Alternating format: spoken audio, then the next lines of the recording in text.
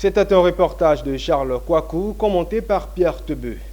C'est la ville de Dabakala qui a abrité le lancement de la première campagne de la chimioprévention saisonnière du paludisme. Cette nouvelle stratégie s'adresse aux enfants âgés de 0 à 5 ans et prend en compte les départements de Dabakala et de Dikodougou. C'était en présence des préfets des deux départements, des représentants de l'USAID. Le reportage est signé Ouattara Daouda.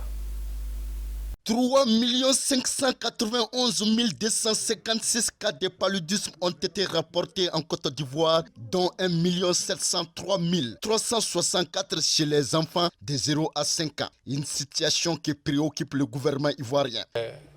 C'est une stratégie de lutte contre le paludisme qui normalement se fait dans les zones où la transmission n'est pas continue.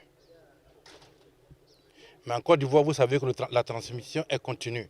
Mais il y a des zones comme Dabakala, Dikodougou et le nord, il y a des périodes dans lesquelles le nombre de cas de paludisme augmente beaucoup plus lorsqu'on a des saisons de pluie. C'est une stratégie qu'on donne ce traitement-là à la veille des saisons de pluie pour permettre, c'est-à-dire que pour prévenir les cas de paludisme qui vont survenir chez les enfants pendant cette période de pluie. Le gouvernement américain, à travers l'initiative de l'Agence des États-Unis pour le développement international, USAID, appuie les efforts du gouvernement de Côte d'Ivoire pour la prévention de l'élimination du paludisme.